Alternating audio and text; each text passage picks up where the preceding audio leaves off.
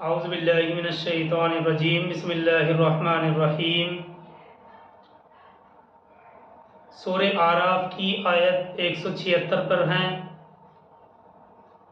وَلَوْ شِئْنَا لَرَفَعْنَاهُ بِهَا وَلَكِنَّهُ أَخْلَدَ إِلَى الْأَرْضِ، اور اگر ہم چاہتے تو ان آیات کے ذریعے سے اسے اور بلند کرتے، مگر وہ زمین کی طرف دھستا ہی چلا گیا۔ وَاتَّبَعَ هَوَاهُ، اور اس نے پیروی کی اپنی خواہشات کی۔ فَمَثَلُهُ كَمَثَلِ الْكَلْبِ إِن تَحْمِلْ عَلَيْهِ يَلْهَثْ أَوْ تَتْرُكْهُ يَلْهَثْ، تو اس کی مثال کتے کی سی ہے، اگر تم اس کے اوپر بوجھ رکھو تب بھی ہانپے گا، اور اگر تم چھوڑ دو تب بھی ہانپتا ہی رہے گا۔ آگے اللہ تعالیٰ فرماتے ہیں ذَلِكَ مَثَلُ الْقَوْمِ الَّذِينَ كَذَّبُوا بِآيَاتِنَا، یہی مثال ہے اس قوم کی بھی جنہوں نے ہماری آیات کو جھٹلایا۔ فَاقْصُصِ الْقَصَصَ لَعَلَّهُمْ يَتَفَكَّرُونَ، تو اے نبی صلی اللہ علیہ وسلم آپ یہ واقعات سنا دیجئے، شاید یہ غور و فکر کر لیں۔ یہ بلعام بن باعورہ کے بارے میں ہی بیان کیا جا رہا ہے۔ اب اگلی آیت 177 ہے، اس کی پوری وضاحت اور پورا واقعہ آ چکا ہے۔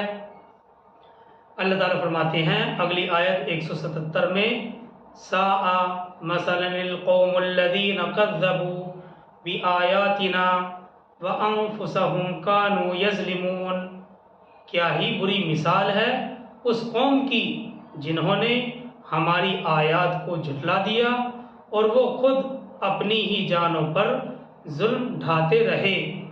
سَاءَ مَثَلًا الْقَوْمُ الَّذِينَ كَذَّبُوا بِآيَاتِنَا، کیا ہی بری مثال ہے اس قوم کی جنہوں نے ہماری آیات کو جھٹلایا اور وہ خود اپنی ہی جانوں پر ظلم ڈھاتے رہے۔ اگلی آیت 178 ہے، اللہ تعالیٰ فرماتے ہیں مَن يَهْدِ اللَّهُ فَهُوَ الْمُهْتَدِي وَمَن يُضْلِلْ فَأُولَئِكَ هُمُ الْخَاسِرُونَ، جسے اللہ ہدایت دیتا ہے وہی ہدایت پاتا ہے، اور جنہیں وہ گمراہ کر دے تو وہی لوگ تباہ ہونے والے ہیں۔ مَن يَهْدِ اللَّهُ فَهُوَ الْمُهْتَدِي، جسے اللہ ہدایت دیتا ہے وہی ہدایت پاتا ہے۔ وَمَن يُضْلِلْ فَأُولَئِكَ هُمُ الْخَاسِرُونَ، اور جنہیں وہ گمراہ کر دے تو وہی لوگ تباہ ہونے والے ہیں۔ دیکھیے اس سے ماقبل، اس سے پہلے عہد الست کے حوالے سے یہ وضاحت آ چکی ہے کہ انسان کا ایک وجود روحانی ہے اور دوسرا وجود مادی ہے، یعنی جسمانی ہے۔ ایک وجود روحانی اور دوسرا مادی یعنی جسمانی۔ چنانچہ اگر کسی انسان کی، کسی آدمی کی پوری توجہ اور ساری دلچسپیاں جسمانی وجود کی ضروریات پوری کرنے کی حد تک محدود رہیں تو ایسا انسان بلعام بن باعورہ کی طرح ہے، اور گویا کہ ایسا انسان بلعام بن باعورہ ہی کی طرح ہے، اور ایسا ہونا یہ انفرادی سطح پر بھی ہو سکتا ہے اور قومی اور اجتماعی سطح پر بھی ہو سکتا ہے۔ تو اگر کوئی انسان اپنی ساری توجہ، اپنی ساری کوششیں، اپنی ساری دلچسپیاں جسمانی وجود کی ضروریات پوری کرنے تک محدود رہے تو ایسا انسان بلعام بن باعورہ بن جاتا ہے، اور ایسا ہونا یہ انفرادی سطح پر بھی ہو سکتا ہے اور قومی اور اجتماعی سطح پر بھی ہو سکتا ہے۔ تو اس لیے ہمیں اپنی روحانیت کو بھی بنانے کی ضرورت ہے۔ انسان کا جسم، انسان دو چیزوں سے مرکب ہے، انسان دو چیزوں سے مل کر بنا ہے، ایک روح اور ایک جسم۔ روح کی غذا کھانا پینا ہے، اور جسم کی غذا کھانا پینا ہے، اور روح کی غذا اللہ کا ذکر ہے۔ بہرحال معرف القرآن میں ہے کہ یہ مضمون قرآن مجید میں بار بار آیا ہے۔ یہ مضمون قرآن مجید میں بار بار بیان کیا گیا ہے کہ ہدایت اور گمراہی اور ہر خیر اور شر، اچھے برے اخلاق کا خالق اور مالک صرف اللہ کی ذات ہے۔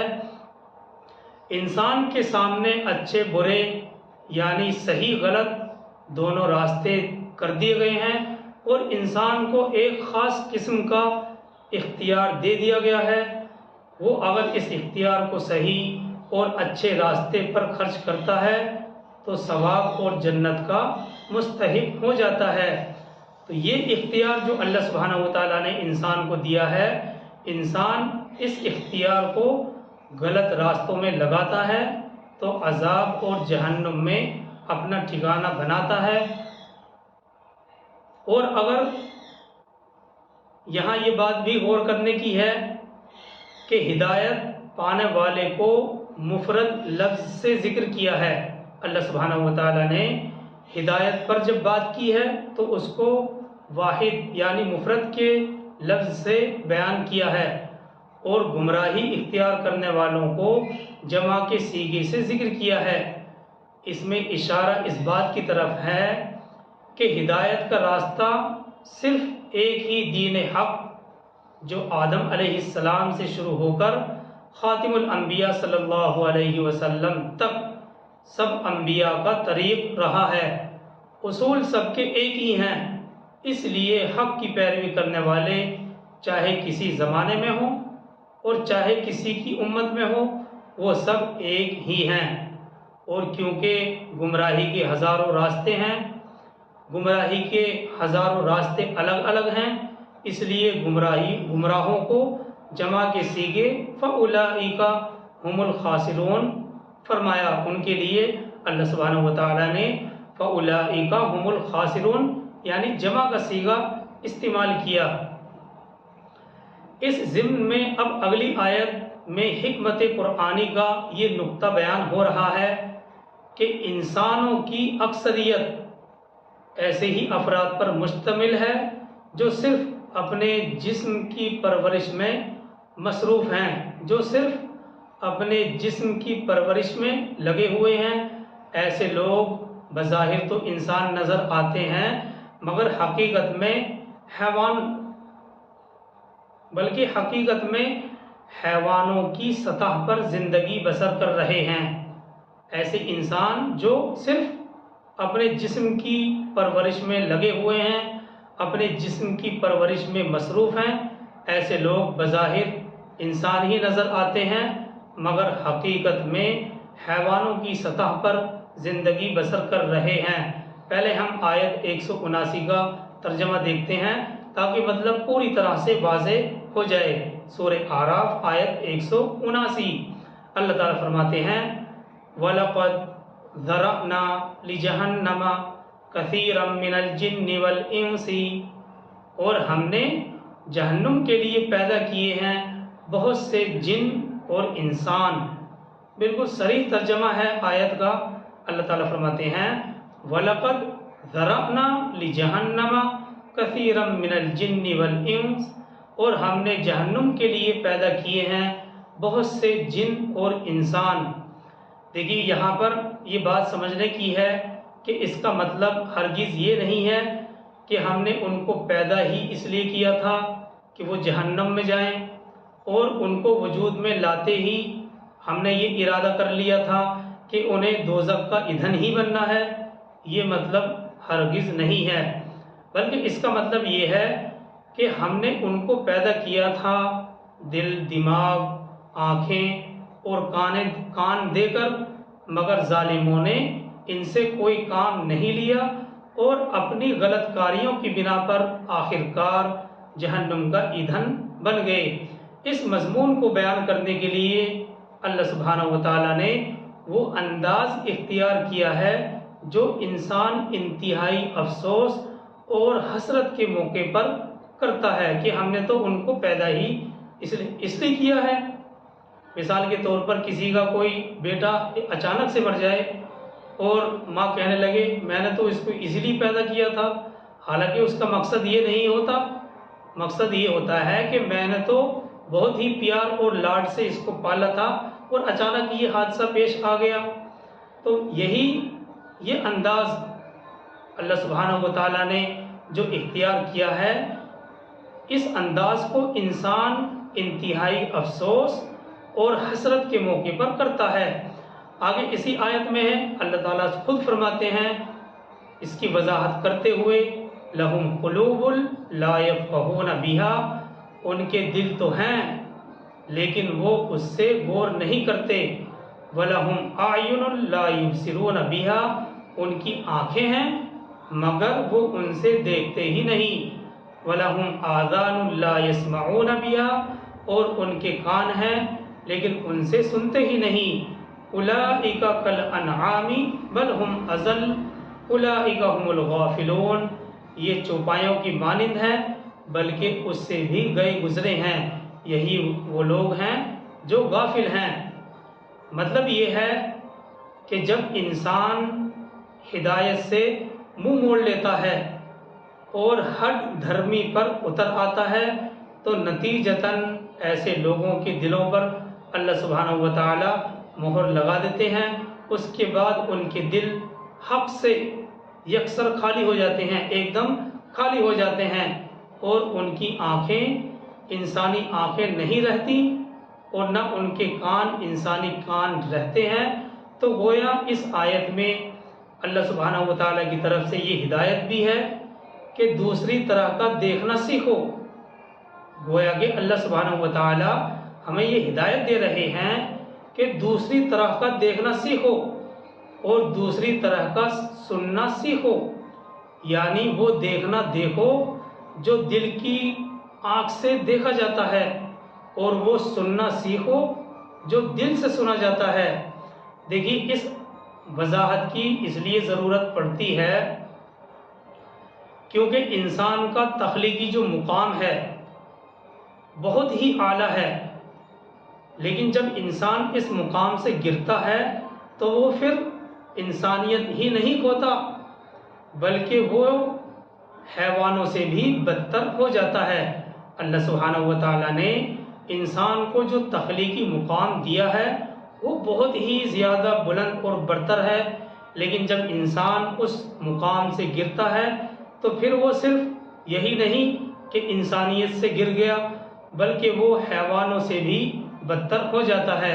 اس مضمون کو سورہ 3 یعنی والتین والزیتون جو پارہ نمبر 30 میں ہے، اس سورہ میں بھی اس مضمون کو بیان کیا گیا ہے۔ لَقَدْ خَلَقْنَا الْإِنسَانَ فِي أَحْسَنِ تَقْوِيمٍ ثُمَّ رَدَدْنَاهُ أَسْفَلَ سَافِلِينَ۔ دیکھیے ایک تو انسان کی تخلیق کے بلند ہونے کو بیان کیا، پھر جب وہ نیچے گرا تو اتنا نیچے گرا کہ اسفل سافلین اس کے لیے استعمال کیا گیا، یعنی گویا کہ اللہ سبحانہ و تعالیٰ یہ بیان فرما رہے ہیں کہ انسان کو ہم نے بہترین اندازے پر بلند سطح پر پیدا کیا، اور صرف یہی نہیں کہ پیدا کیا بلکہ ہم نے اس کو مسجود ملائکہ بنایا، فرشتوں سے سجدہ کرایا، لیکن جب وہ اپنے اس مقام سے گرا تو کم ترین مخلوق سے بھی کم ترین ہو گیا، پھر اس کی زندگی صرف اور صرف ایک حیوانی زندگی بن کر رہ گئی، حیوانوں کی طرح کھایا پیا اور دنیا کی لذتیں حاصل کی اور مر گیا، نہ زندگی کے مقصد کو اس نے جانا اور نہ ہی وہ اپنے خالق اور مالک کو پہچان سکا، نہ اللہ کے سامنے حاضری کا اس کو ڈر تھا، نہ آخرت میں حساب کی فکر تھی۔ یہ وہ انسانی زندگی ہے جو انسان کے لیے آخرت میں باعث شرم ہوگی۔ تو بہرحال اللہ سبحانہ و تعالیٰ نے انسان کو جو مقام اور مرتبہ عطا کیا ہے وہ بہت ہی بلند اور بالا مرتبہ ہے، لیکن جب وہ اپنے اس مقام کو کھو دیتا ہے اور پھر نیچے گرتا ہے تو اتنا نیچے گرتا ہے کہ وہ حیوانوں سے بھی بدتر ہو جاتا ہے، پھر اس کی زندگی صرف حیوانی زندگی بن کر رہ جاتی ہے، بس کسی حیوان کی طرح کھایا پیا اور دنیا کی لذتیں حاصل کی اور مر گیا، نہ تو اس نے اپنے زندگی کے مقصد کو جانا کہ میں دنیا کے اندر کس مقصد کے لیے پیدا کیا گیا ہوں، نہ اس نے اپنے خالق اور مالک کو پہچانا، نہ اس نے اللہ کے سامنے کبھی اس کو اللہ کے سامنے حاضری کا ڈر ہوا، اور نہ ہی آخرت کے حساب کی اس کو فکر ہوئی۔ یہ زندگی ایسی زندگی ہے جو انسان کے لیے آخرت میں باعث شرم ہوگی۔ زندگی آمد برائے بندگی، زندگی بے بندگی شرمندگی۔ یہ وضاحت سورہ اعراف کی آیت 179 تک سامنے آ چکی ہے۔ اور دیکھیے ان آیات کا خلاصہ اور نچوڑ یہ ہے کہ ان آیات میں ان اہل جہنم کا ذکر تھا جنہوں نے اپنی عقل اور حواس کو اللہ کی نشانیوں کے دیکھنے، سننے، سمجھنے اور سوچنے میں نہیں لگایا، اور آخرت کی ہمیشہ ہمیش کی زندگی کے لیے کوئی سامان فراہم نہیں کیا، جس کا نتیجہ یہ ہوا کہ وہ اپنے نفس کی اصلاح اور کامیابی سے غافل ہو گئے اور جانوروں سے بھی گئے گزرے ہو گئے۔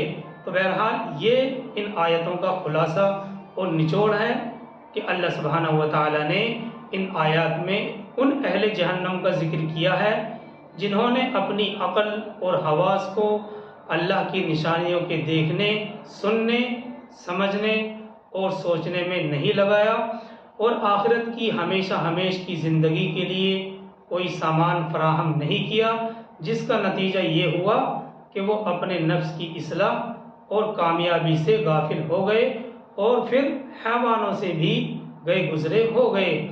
آگے چلتے ہیں آیت 180 کی طرف۔ اللہ تعالیٰ فرماتے ہیں، یہ الگ مضمون ہے، وَلِلَّهِ الْأَسْمَاءُ الْحُسْنَى فَادْعُوهُ بِهَا۔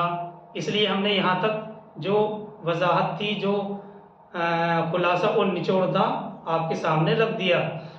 آگے اللہ تعالیٰ 180 آیت میں فرماتے ہیں، وَلِلَّهِ الْأَسْمَاءُ الْحُسْنَى فَادْعُوهُ بِهَا، اور تمام اچھے نام اللہ ہی کے ہیں، تو پکارو اسے ان اچھے ناموں سے۔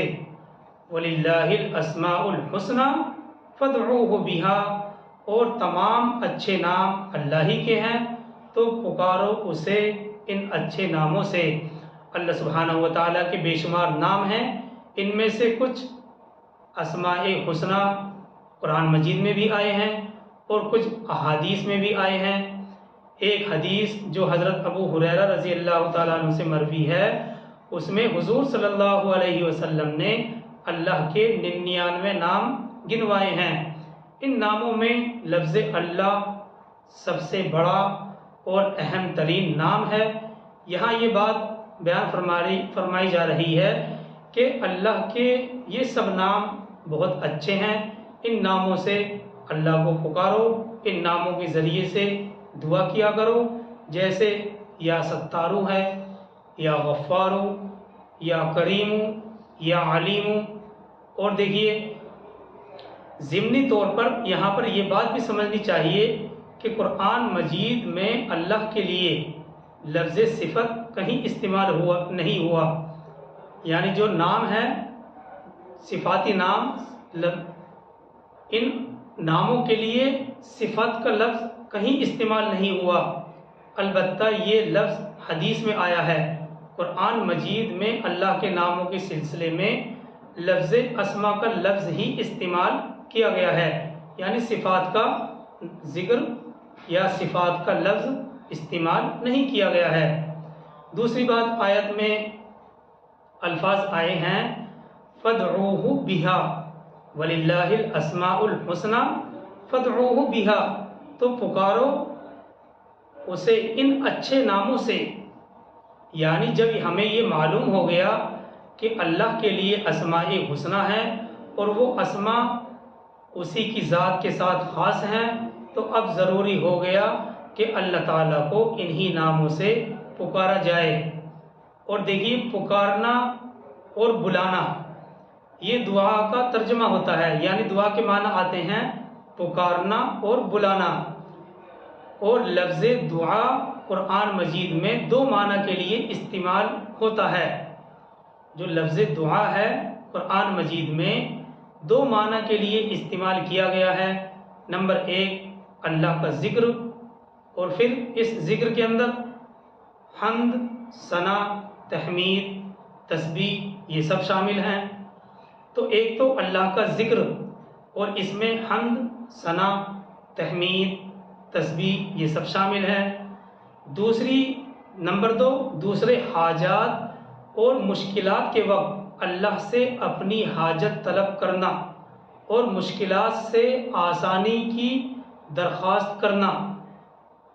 دوسرا جو معنی ہے، نمبر دو حاجات اور مشکلات کے وقت اللہ تعالیٰ سے اپنی حاجات طلب کرنا اور مشکلات سے آسانی کی درخواست کرنا۔ اس آیت میں فدعوہ بہا کا جو لفظ استعمال کیا گیا ہے یہ دونوں معنی کو شامل ہے، اس لیے ہم نے دعا کے یہ دونوں معنی بتلائے کہ فدعوہ بہا کا جو لفظ یہاں پر استعمال کیا گیا ہے یہ دونوں معنی کو شامل ہے۔ تو اب اس جملے کا مطلب یہ ہوا کہ حمد اور ثنا تسبیح کے لائق بھی صرف اسی کی ذات ہے، حمد، ثنا اور تسبیح کے لائق بھی صرف اسی کی ذات ہے، اور مشکلات سے نجات اور حاجت روائی بھی صرف اسی کے قبضے میں ہے۔ اس لیے حمد ثنا کرو تو صرف اسی کی کرو، اور حاجت روائی مشکل کشائی کے لیے پکارو تو صرف اور صرف اللہ ہی کو پکارو۔ اس آیت 180 سے دو اہم ہدایتیں ہم کو ملتی ہیں۔ ایک یہ کہ اللہ کے سوا کوئی ذات حقیقی حمد و ثنا کے لائق نہیں، دوسرے یہ کہ اس کو پکارنے کے لیے بھی وہ اچھے نام جو ہیں ہمیں بتلا دیے گئے ہیں، انہی ناموں کے ذریعے سے ان کو پکارا جائے۔ بخاری اور مسلم نے حضرت ابو ہریرہ رضی اللہ تعالیٰ عنہ سے روایت نقل کی ہے کہ رسول اللہ صلی اللہ علیہ وسلم نے فرمایا اللہ تعالیٰ کے 99 نام ہیں، جو ان الفاظ کو محفوظ کر کے یاد کر لے وہ جنت میں داخل ہوگا۔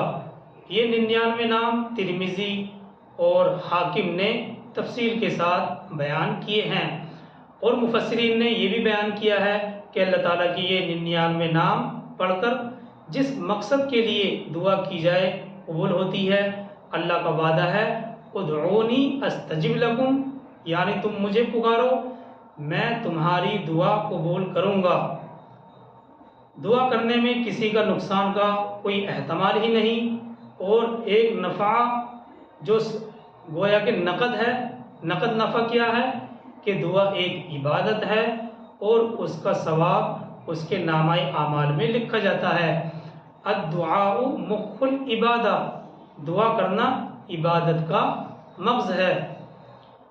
اب دیکھیے بخاری، مسلم، ترمذی، نسائی، بخاری، مسلم، ترمذی، نسائی کی صحیح حدیث میں آیا ہے کہ رسول اللہ صلی اللہ علیہ وسلم نے ارشاد فرمایا جس شخص کو کوئی غم، بے چینی یا کوئی مشکل کام پیش آئے اس کو چاہیے کہ یہ کلمات پڑھے، سب مشکلات آسان ہو جائیں گی۔ وہ الفاظ کیا ہیں؟ یہ روایت بخاری، مسلم، ترمذی، نسائی کی صحیح حدیث میں ہے کہ رسول اللہ صلی اللہ علیہ وسلم نے ارشاد فرمایا جس شخص کو کوئی غم، بے چینی یا کوئی مشکل پیش آئے اس کو چاہیے کہ یہ کلمات پڑھے، سب مشکلات آسان ہو جائیں گی۔ وہ کلمات یہ ہیں لا الہ الا اللہ العظیم الحلیم، لا الہ الا اللہ رب العرش العظیم، لا الہ الا اللہ رب السماوات والارض ورب العرش الکریم۔ آگے اسی آیت میں ہے تو یہ الفاظ ہیں لا الہ الا اللہ العظیم الحلیم، اور پھر لا الہ الا اللہ رب العرش العظیم، اور تیسرے لا الہ الا اللہ رب السماوات والارض ورب العرش الکریم۔ آگے اسی آیت میں ہے وَذَرُوا الَّذِينَ يُلْحِدُونَ فِي أَسْمَائِي، اور چھوڑ دو ان لوگوں کو جو ان ناموں میں کجی نکالتے ہیں، کمی نکالتے ہیں۔ اور اللہ تعالیٰ فرماتے ہیں وَذَرُوا الَّذِينَ يُلْحِدُونَ فِي أَسْمَائِي، اور چھوڑ دو ان لوگوں کو جو ان ناموں میں کجی نکالتے ہیں، یعنی اللہ سبحانہ و تعالیٰ کی جو یہ نام ہیں ان ناموں میں کجی نکالتے ہیں۔ سَيُجْزَوْنَ مَا كَانُوا يَعْمَلُونَ، ان قریب وہ بدلہ پائیں گے اپنے اعمال کا۔ جی ہاں، تفسیر عثمانی میں ہے کہ اللہ کے ناموں اور صفتوں سے متعلق کجی نکالنا یہ ہے کہ اللہ پر ایسے نام اور صفات کا اطلاق کرے جس کی شریعت نے اجازت نہیں دی ہے، یا وہ نام جو حق تعالیٰ کی تعظیم اور جلال کے خلاف ہوں، ایسے نام کا اطلاق کرے، یا اسی طرح سے کوئی شخص اللہ کے ناموں کو معصیت یعنی جادو وغیرہ کے موقعوں پر ہی استعمال کرنے لگے، یہ سب اللہ کے ناموں کے ساتھ کجروی میں داخل ہے۔ اللہ کے ناموں اور صفتوں کے متعلق کجروی یہ ہے کہ اللہ پر ایسے نام اور صفات کا اطلاق کرے جس کی شریعت نے اسلام نے اجازت نہیں دی ہے، یا وہ نام جو حق تعالیٰ کی تعظیم اور جلال کے خلاف ہوں، یا اسی طرح سے کوئی شخص اللہ کے ناموں کو معصیت یا جادو وغیرہ کے موقع پر استعمال کرنے لگے، یہ سب کے سب اللہ کے ناموں کے ساتھ کجروی میں داخل ہیں۔ اللہ تعالی ہم سب کو عمل کی توفیق عطا فرمائے۔ سبحان اللہ و بحمدہ، سبحان اللہ و بحمدہ، نشہد ان لا الہ الا انت ونستغفرک ونتوب الیک۔ سبحان ربک رب العزۃ عما یصفون وسلام علی المرسلین والحمد للہ رب العالمین۔